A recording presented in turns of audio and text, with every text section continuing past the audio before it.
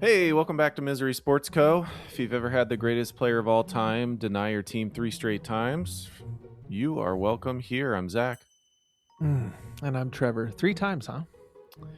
I think so. I lost track, but yeah, we're not going to talk about it. At least he said yes twice. He said yes twice. Well, once, because you did draft him. So there's had no one choice. solid time when he was like, yes. Yeah. Got that going for you. We've actually got a little bit of a different structure here today. So we're going to go through the weekly performance review, the mailroom, and the deep dive like we normally do. But then we're going to go to a mid-year review where we review a few of the teams that we've covered at Misery Sports Co. and give them a mid-year rating. But before we jump into our first segment, who's our first sponsor, Trevor? This segment of the Misery Sports Co. podcast is brought to you by, I really hate to do this, Zach. We have a pretty strong anti-betting stance here at MSC. We don't really dabble in that stuff, but we do need to cash some checks. Have you enjoyed Kalshi and Polymarket and want to chase the dragon even higher? Is overthrowing governments and weather predictions just not specific enough for you? Well, good news. Now there's Minutia Chips. Simply purchase a chip at our e-store, which only accepts Bed Bath & Beyond coupons, and place your bet on the most specific of wagers. What color tights will LeBron wear in his first game in Philly in which a fan says something inappropriate about a foreign player on the opposing team? Or what will be the thread count on a certain cornholer's beanbags the day he finally makes some headlines? All this and more with Minutia Chips. Minutia Chips. Thank you. Very specific. Oddly specific. Oddly, like almost too specific. Yeah. Well, thank you. We'll take your check. And welcome to our weekly performance review where we take a look across different leagues, different teams. Could be our teams. We are a strong shareholder in Misery Sports Co., but it could be outside of that as well. And we give a weekly performance review. So, Trevor, what do you got?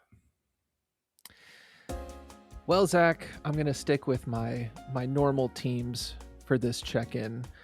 It's everybody's favorite segment. And guess what? Now we got some intro music. I just want to know. Okay. Is Cornell Tate healthy? Yeah. Guess what? He is healthy. Yes, he is healthy. That concludes this week's segment. Is Cornell Tate healthy? Tune in next week to find out if that's still the case. But it's everybody's favorite time. Camp is opening across the NFL. Hope is so high right now. It's Super Bowl or bust for everybody except probably the Panthers, who have already had 2 season-ending injuries. But for everybody else, this is a very fun time of year, and we get to see some footage start to leak out. I think all of the teams do this, where there's certain parts of practice that you can take videos of and certain parts you can't. But we are seeing some fun and exciting touchdown catches from Cornell Tate and from some other folks. Good times over in Titans camp. Robert Saleh saying the right things, winning camp, winning those press conferences. He's saying the right stuff. That's what we like to see. Yep. Amped. I'm so excited. I did want to do a quick check-in on the Stars. We have not talked since the Stars and Jackets had a dalliance where we almost traded for who I think is definitely the Blue Jackets' best player in Zach Werenski. There was a deal on the table to send Zach Werenski, one of the top 3, you could probably argue 2 defensemen in the entire league, to Dallas for Thomas Harley, who's a very good defenseman, young, up and coming on a really long, what will be a pretty good value contract, and Maverick Bork, who is a young goal scorer. Everything was in place. Hands were shook. Babies were kissed. High fives were given. And then Zach Werenski decided at the last second, no, I don't want to do this, and yanked the deal. So the whole thing fell apart. So then the Stars had to go back to the players that we were going to trade and say, oh man, I know you probably read some stuff in the news. But guess what? We'd love to have you back. And we're excited about you being on our team this year. Sorry that we almost traded you. And then they still traded one of those players. We had to send Maverick Bork out because he was going to sign an offer sheet. Too long to get into here. But anyways, it was going to be a sweet ass deal. And I think both parties would have won. The Jackets would have got 2 young players who are going to turn into real talents, but got yanked, Zach. And I hate it. I hate it because I've been there with DeAndre Jordan saying, we're good, let's do this thing. And then he went back to the Clippers, Zach.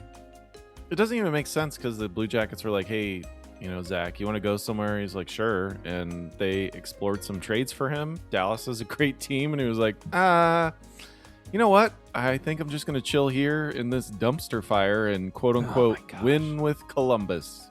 So on the bright side, it's a star player that's sticking with the team. Yes. Yep. So we'll take it. But yeah, he's not going to help the Blue Jackets win. We are terrible. So I may drive up just to give him the stink eye when the Stars come to town. I may make that drive. He deserves it. But that's checking in with the Stars. We'll talk Jason Robertson next time. But Zach, how are your earners doing? Not great, Trevor. Not great. So the Cleveland Browns are still a dumpster fire. We're to the point now in training camp where we're tracking the throws of each of the quarterbacks. So Deshaun is blah, blah, blah, 12 for 20, and Shadur is this. And it's just like, guys, this benefits no one. We don't know why they're throwing this way. The stats are just, they're meaningless. And so the fans are tracking. Everybody's excited about Shadur, not excited about Deshaun, but we'll see. I don't think it's going to end the way I want it to. And so we're just going to ride. But similar to Carnell Tate, Boston looks great. Concepcion looks great. The rookies, I mean, we've got some dudes. They're starting to show out, but they're going to find the reality check, I'm sure, very soon in the NFL. Wanted to go into Major League Baseball real quick. Some of the teams we've covered at Misery Sports Co. New York Mets are 17 games below 500 at 46-63. That's tough. They're only 18 games back from the Atlanta Braves. Let's see. Colorado Rockies. Doable. Just keep spending money. You heard it here first. Doable. Shovel the money into the fire. Keep it burning. And the Rockies, who we covered near and dear to our hearts, are 26 and a half games back from the Dodgers. Excuse me. So we are well represented at Misery Sports Co. Doable. You just move some pieces, and you got 60 games left. I mean, I'm not good at math, but it's plenty. That's more than 28 and a half last time I checked. Let's go. And, Trevor, if you and I hadn't taken different PTOs from Misery Sports Co., this wouldn't look as stupid because the last episode we had some cupcake company all but guaranteed LeBron coming back to Cleveland. They did. And it didn't happen. So LeBron went to the Philadelphia 76ers. Yeah, it doesn't make a lot of sense on paper. I mean, it does, right? So they've got some really good players. They just traded for Jaylen Brown. They've got Tyrese Maxey. They've got broken Joel Embiid. This whole thing was just really strange for multiple reasons. We talked about the whiteboard, right, that Rich Paul had. Yep. And Trevor, he listed Darius Garland as a negative because he wasn't on the Cavs when Rich Paul is Darius Garland's agent, and Rich Paul wanted Darius Garland out of Cleveland last year. So word. Yeah, he gets traded. They're now saying, oh, that's a negative. But then there are literal podcasts of LeBron with Steve Nash and other people talking about how small point guards can't win in the NBA, which we would all agree. And he specifically calls out Darius Garland. So they're making this narrative about like, oh, Cleveland wasn't it. I already know what's going on, Trevor. I know what's going on. Hit me. Rich Paul said the New York Knicks would have been it had they not won the championship. So that is the truth. I believe that. I think LeBron would have gone to the Knicks. Okay. Because they because they won, he Yep. chose Philadelphia because they're the closest to New York. The rumors are now that LeBron is going to live in New York. Yeah, he's going to go to Philadelphia for practice, games, whatever, but he is going to live in New York City. That was the Like whole the Nets aim of don't this entire exist. thing. The Nets are garbage. Yeah, go save the Nets. The Nets are bad, sir. Go save them. That's so Yeah. stupid. And I think this kind of, I didn't want to turn it into a mini segment, but it is. When I think about Misery Sports Co., at least for me personally, and I'm sure a lot of listeners at home, you want star players who are going to stay with your teams, like a Zach Rowensky, right? That we talked about with the Blue Jackets. It was not handled properly, but he stayed. Mhm. It's really difficult when the star player, the greatest player of all time, flip flops. He goes Cleveland, Miami, Cleveland, LA, Philly. You almost want somebody that just wants to be loyal to the city, and that's the I don't want to say like it's like a romanticism, right? It's a loyalty. Mhm. And I know you had Dirk for so Mm. long. I mean, what are your thoughts on someone coming in, winning you a championship and piecing out versus someone staying for 20 years with an organization? Well, let me hit you with this scenario. What if you have that person who wants to stay loyal and is planning on having another statue outside, and then some dip trades him in the middle of the night for some bullshit? What happens then? And then the star player gets so mad that he throws his phone and breaks it in his brand new mansion in the city where you want him to stay for the rest of his life. Honestly, some extreme punishment there, maybe prison time. I walked into that I'm one. so mad. That's my bad. That one's on me. That's my bad. Fine. It's fine. But you're right. Having yeah. the star player who wants to stay, and like so many things have to go right for that to happen. Like if 2011 doesn't happen for the Mavericks, I firmly believe the very next year, Dirk would have been like, guys, I want to go win somewhere. And they would have totally honored that and let him go. So you have to peak at the right time. You have to make sure like Denver got their one.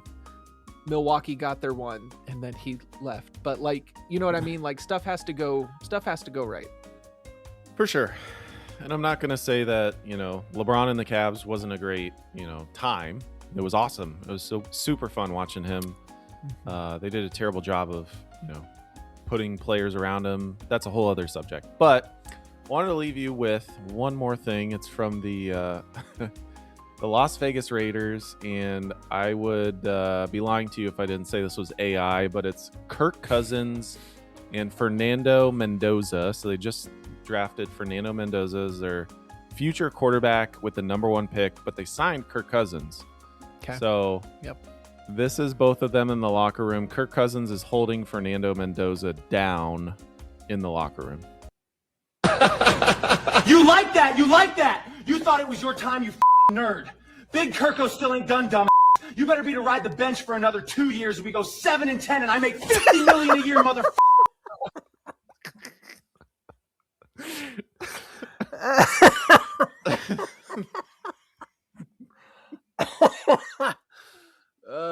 So much good stuff there.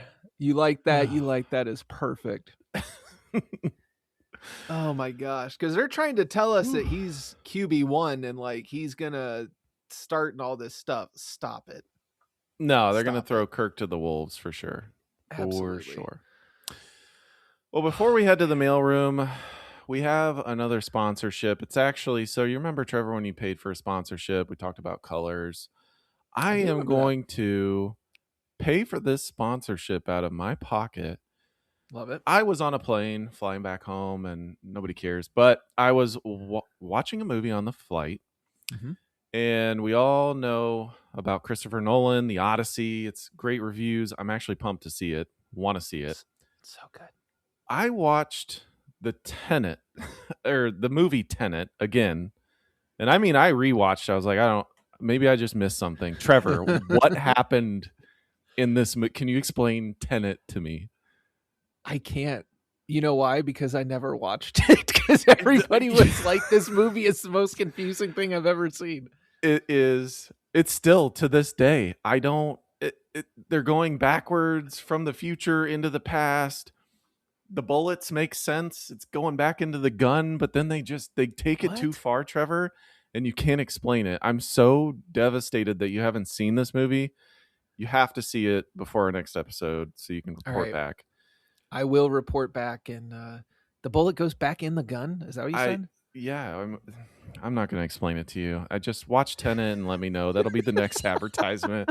I watched half of it and I put it down. I was like, I still don't understand what is happening. I just I don't need- get it. I need an interpreter to tell me. Okay, Tenet.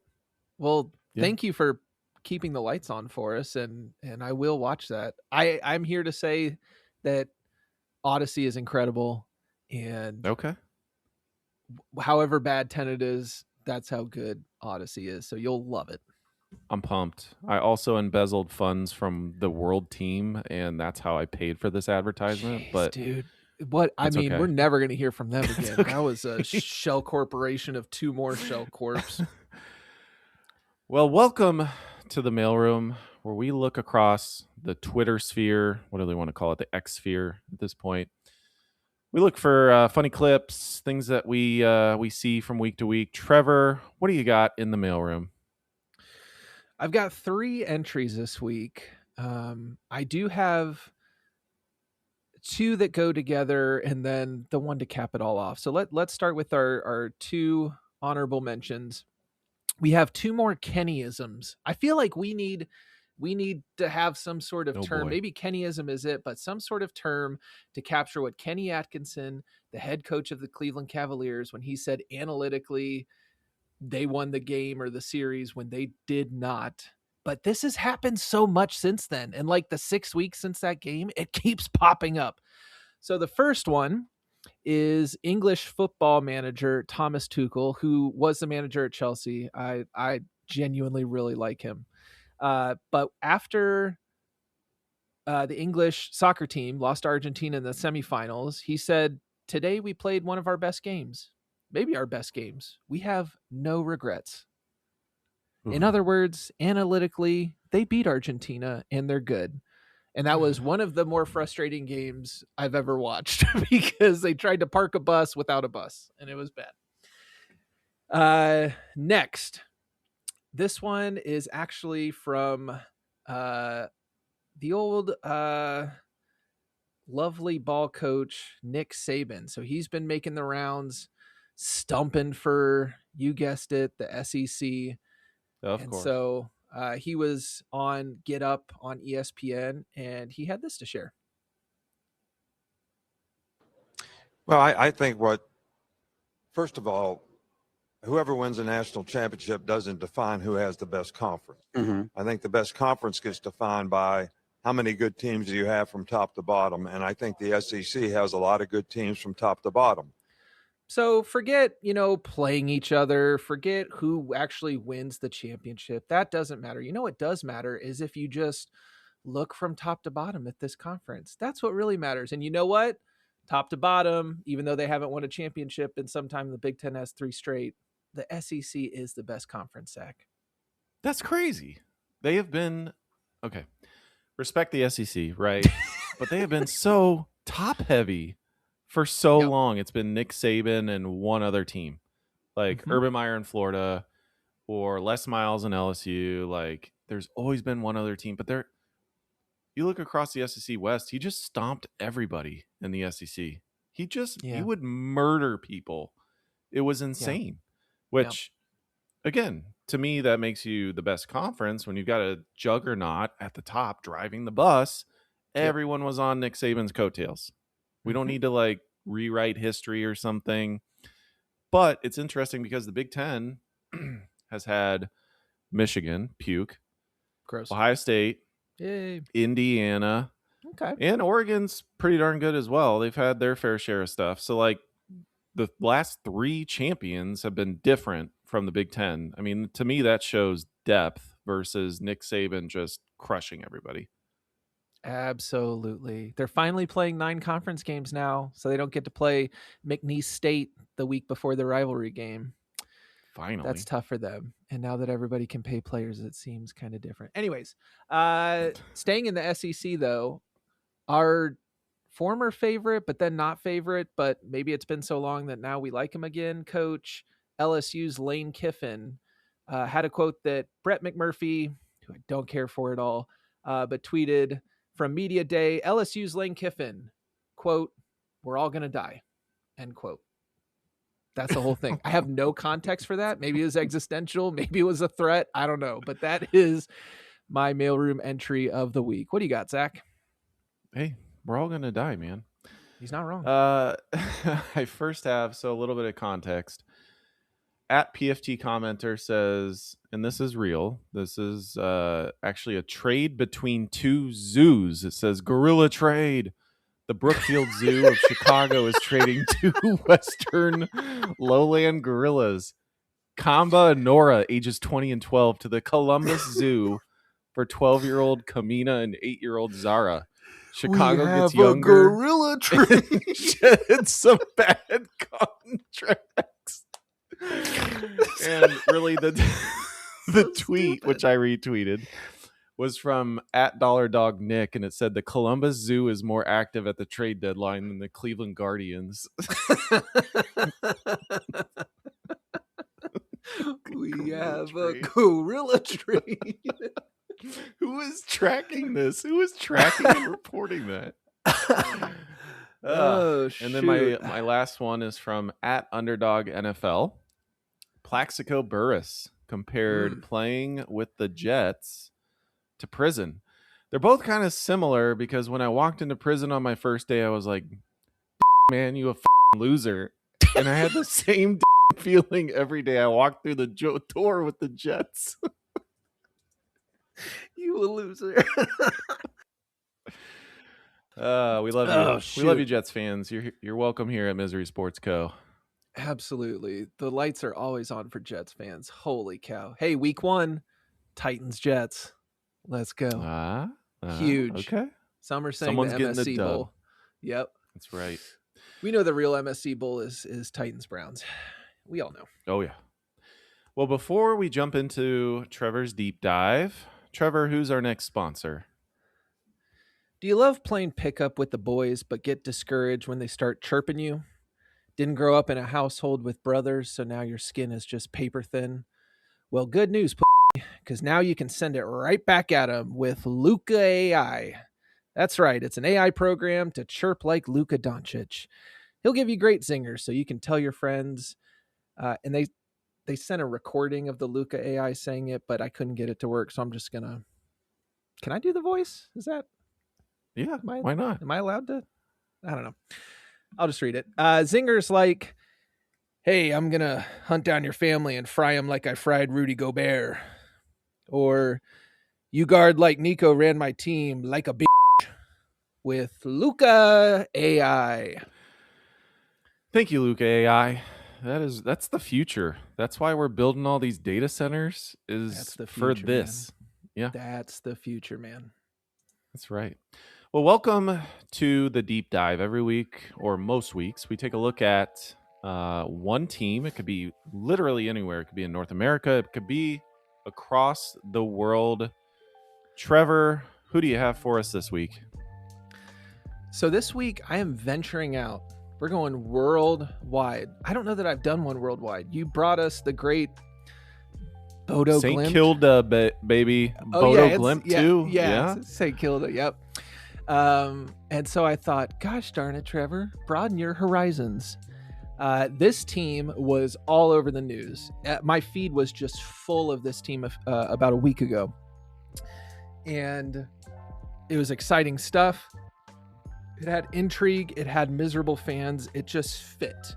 And sometimes when we cover teams here, like if you'll remember, we covered the Seattle Mariners, and at the time they were coming off a ALCS appearance against the Blue Jays. So they were doing great at the time, but historically those fans were just miserable. And so in that same vein, I would like to talk to you about the County Mayo Gaelic football team. Zach, have you heard of them? Have you heard of Mayo? I have not. I have not. All right. I didn't come across them. Yep. So Mayo's been in the news, and I just want to quickly give an overview of Gaelic football because it's the wildest sport, one of the wildest sports I've ever seen. So start with sort of Australian rules football. Like that's a good starting point, okay? Okay. But we're not playing in like an egg. We're playing in like a soccer field, more of a soccer field. So on each end is a soccer goal, like in the middle, which, okay, normal, you get a keeper, cool. We're playing with, I would say, what looks like a volleyball, but I think is maybe a little bit heavier, like the weight of a soccer ball maybe, but it looks like a volleyball. On each goal, on the end of each goal, are posts, like field goal posts, and they go super high into the air, much like Australian rules football. So you get both things. You get the giant post and you get a soccer goal at the bottom. So in this game, you can score a goal into the goal.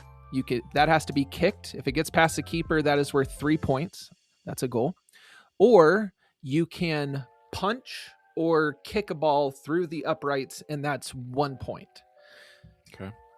So how do you move the ball around? This is the craziest part, I think, of the whole game. You will watch them. So every 4 steps you take, you have to dribble.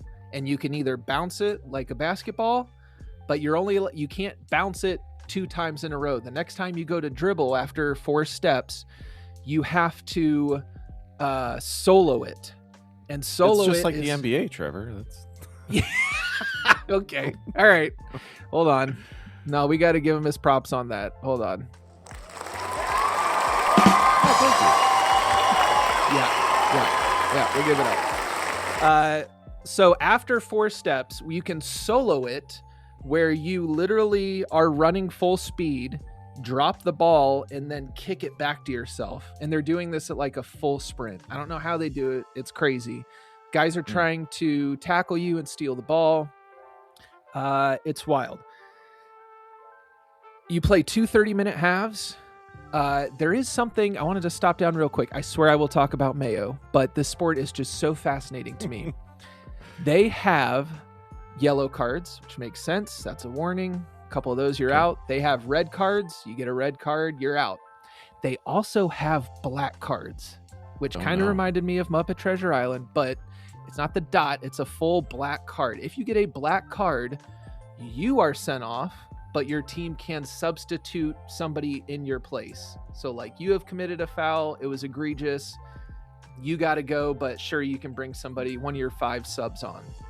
Whereas red card, you're just like, you're gone and you can't replace them. It's like a traditional red. I kind of like that. I think there should be something in between yellow and red. How about that? Yeah, I don't know. Maybe like orange? Black card. Don't try and mix the colors and make sense, Zach. It's a black card. Fair enough. So that is Gaelic football in a nutshell. Lots of guys running around. If you want to pass it to somebody, you can't just toss it. You have to punch it to them. You have to drop kick it, or you have to kick it off the ground like while it's rolling. So you can't just toss it to somebody. That's a foul. Okay. This game has been going on. This All Ireland final of Gaelic football has been going on for 140 years. It's been going on a super long time. The fun thing about this is that it's all of the counties in Ireland. They all have a team and then they face each other in this great big tournament. It's way more complicated than that. I'm oversimplifying, but like conceptually, that's what's going on. And so it's really just these counties, like, I don't know, the guys who want to play this and are the best at it. Like, it's got a really cool, like, homegrown feel. It's not like these big trades and like moving players. It's like, if you want to be at the top, maybe you move to these counties. But it's like the homegrown team. And so you get really passionate fans. There's 32 counties that compete in this, and Kerry, Dublin, Galway, Cavan they just run the league. They just dominate. But there's this team called Mayo that had won 3 championships. They win in 1951. And guess what happens, Zach? The best thing. This should also become a staple at MSC. It's a curse. And we love curses because say it with me, curses are real. You didn't say it with me. Curses are real. Yeah. And so after they win the 51 championship, they're going through town on like this big trailer and they're waving to everybody and stuff. But there is a funeral procession. And the trailer interrupts the funeral procession. No. And they were plastered, right? Not a good time to see mourning people. It was bad. So a priest, the freaking priest of all people, comes out and says, guess what? It's cursing time. Ba-da-da. It says, you all are cursed. You're cursed. And this is so serious. This priest dead ass did this. He goes, your team is not going to win another championship until all of you on that team are dead. Oh my gosh. And gone. Like, you're done. And they're like, okay, you came in a little hot, priest, but Really this'll harshing make the a great vibe story. right now. Trying to celebrate here. See this trophy, bro? Come on. He's over there just cursing. So that was in 1951, right? They didn't make another final until 89. They lost that one. Okay, well then they make it back in 96. Time to break that curse, baby. Nope. They make it back to the final in 97. Nope. Old Then Billy's still kicking it. 2004, he's still 2004, 2006, 2012, 2013, 2016, 2017. These are all finals that they make and they're not winning. 2020 and 2021. Holy cow. And they lost every single one of those because that priest chose violence that rainy day in 1951. These Bill, every championship, Billy's been looking at that gun like, do I eat it? Do I eat it? Please, he spins the chambers. Click, not today, boys. So, if you had guessed, Billy was a great guess. There were two members who hung on forever. Patty Prendergast. Patty would have been the other. Patty would have. I felt like you could have maybe got there. If I'd given you two guesses, you would have got to Patty. And Mick Loftus. They didn't die until 2023. So they were darn near pushing triple digits. They finally died, right? So they finally died in 23. And this year, Mayo makes it back to the final. And they're like, everybody's dead. This is great. Surely the priest is like, you know what? My criteria were met. I'll give it up. And I want you to hear what it sounds like. This is the final 45 seconds or so of the match. And we get to hear what happens when Mayo finally does it. Get it out of there! Get it out of there! Go on, get men loose! They have men loose. It's David McBride. It's David McBride. Oh my! There's 30 seconds to go. There's 30 seconds to go. Go to the corner. Hold on! Right into the They're about to score to seal the game. We're 45 yards. And there it is. It's Colby. He's got Tommy Conroy. Tommy Conroy's in for a goal. He's got Colby. Yeah! Tommy Conroy. Oh my God! He sent it over the bar. Oh my God! Delirium. They have to get a goal! It's over. There's 30 seconds. There's 5 seconds to go. Yes, and the goals! I'm clear! Thank you, referee!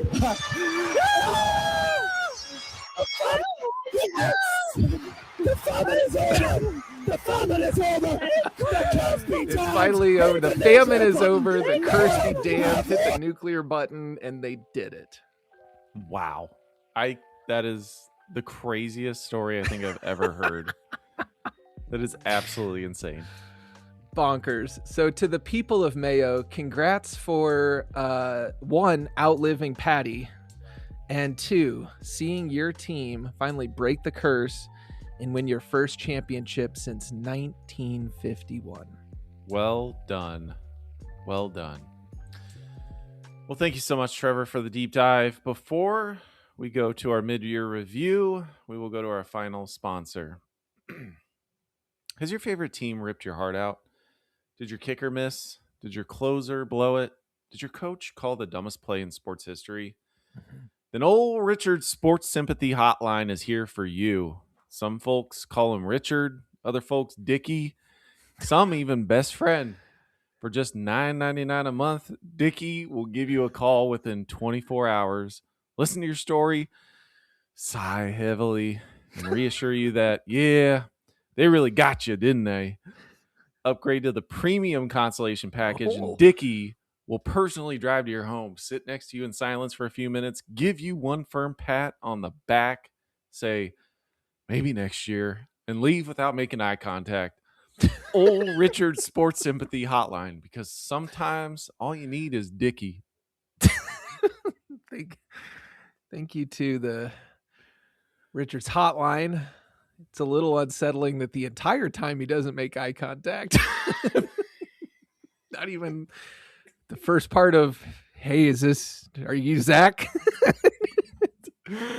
I just have some feedback. He just was looking at the ground the whole time. It's really strange. Yeah, Sir, it's in the fine print. I don't know what you gotta want. read the contract. You gotta read the contract. No doubt. Yeah. All right. Well, let's hop into our mid-year review. So we're going to take some time to canvas the landscape of misery sports code teams that we have covered. We both got a handful of them, and we're going to rate them. So we're going to go from 0 to 100.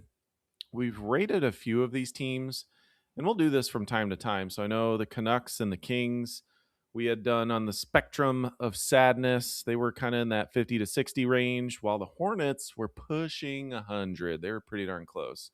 And they're still there. They sent out LaMelo, did they not? They did. Shipped him off. Yeah. They did. They can't have still good up things. There. Nope. So, Trevor, who are the teams that you would like to give a mid-year review to? So we talked about Oregon State. Oregon State still, I think they landed in Mountain West, so they have a conference. Congrats. But they just don't have a lot of prospects moving forward, and they've been so bad for so long. I'm going to put them slightly above Sacramento and Vancouver, and I'm going to give them like a somewhere in the 65 to 70 range. I think it's just, if you're there, it's really because you love the pain, because the pain is the truth. And they wake up knowing that every day they watch that football team, it's going to hurt, and that's what they love. Hang in there, I've also Oregon got State. It's tough up there. I also want to give a shout out to the Vikings, who have been in the news a lot. We'll put them on the spectrum of sadness. Hey, good news, Viking fans. If you didn't like the JJ McCarthy experience, your QB savior waddled in and sat in his little fourth grade desk, and he's here. Kyler Murray's going to save the day, buddy, right after he does his arithmetic. So, in Call of Duty. He's gonna hit the sticks hard. You better pray that double XP weekend doesn't happen on a big game. I'm gonna put they've had some success, but they have had some big heartbreak. They've been so close and haven't got it done. So I'm gonna put them between the Kings and the Beavers. So let's say that they're a solid 65, and I'll put the Beavers at a 75. And again, 0 is just not miserable at all. I guess you're Knicks fans now. Teams that are just on top of the mountain or perpetually good are down there, and teams like the Charlotte Hornets, who are perpetually not good, would get a very high score on our spectrum of sadness. Zach, which team from this year at MSC are you going to put on the spectrum? So I am going to start with the Washington Wizards. Boy, they have had a rough existence. I don't know that I've known them to have, I'll say the Washington Wizards were pretty fun with Gilbert Arenas and all the guns they had, but didn't lead to a lot of success. I'm actually going to put them darn near the Charlotte Hornets. I'm kind of leaning toward worse. You might be right. Honestly, you might be right. If Charlotte's 90, Washington's maybe like a 92 or something, like not a lick of success. They had John Wall. Now they have Anthony Davis, Trae Young. I mean, they have some players, but we all know how AD is gonna turn out. I feel for Washington fans. I kind of think it would be cool if the Wizards, had some level of success, because it's almost like a throwback team. Like, I remember them in the NBA Jam days and stuff. Their logo is cool, but like the team has been tough to watch. The second team I'm going to cover are the New York Mets. Another appearance by the Mets. Not as high as the Hornets, the Wizards. They've had some level of success. They had a championship in the 80s. They spend money, so they're trying, but they're still really bad. And so They are. I'm going to put them probably pretty darn close to the Vikings. So not as bad as Oregon State. I'm going to say like in the 60s, 65 roughly. The owner spends money. It's just they're not spending the right money on the right talent. And right now they are brutal. What did I say? 16, 17 games behind. It's rough. Yep. But it's going to make a great story when they come back. Doable. That's right. I'm out here slanging hope.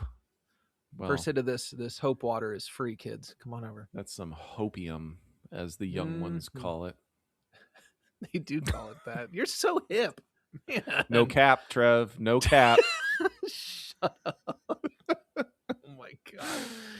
Whew. Jeez. Well, that was the spectrum of sadness. That was rating our teams from this year. We will have more teams in the future for our mid-year review. And we will figure out how to post this online as well. We got to find one of those hip young interns to put this on the interwebs, but we have a graph. We actually did it live and we kind of put it together, so we'll figure it out. We'll it's pretty launch high it. tech. It's a solid half step above Microsoft Paint. That's kind of I love Microsoft Paint, man. That's the level we're at. It's pretty good. Well, that is it for this week's episode at Misery Sports Co. Thank you so much for joining us. Don't forget to visit our website, www.miserysportsco.com. There's a lot of W's. There's a lot of W's. I caught myself. Just three. You just I have tripped to type over the in fourth. You can follow us on X. I don't have to we say bought W. a fourth W. We bought a fourth one it. with all our sponsorship money. That's right. You can follow us on X. I just don't like X. Twitter at Misery Sports Co. Spotify, Apple Podcasts, Pocket Casts, you name it, we are there. I'm Zach. And I'm Trevor. And remember, misery loves company. And say with me, Zach, curses are real. Oh, we're gonna work on that. www. Jeez, we'll see you next time.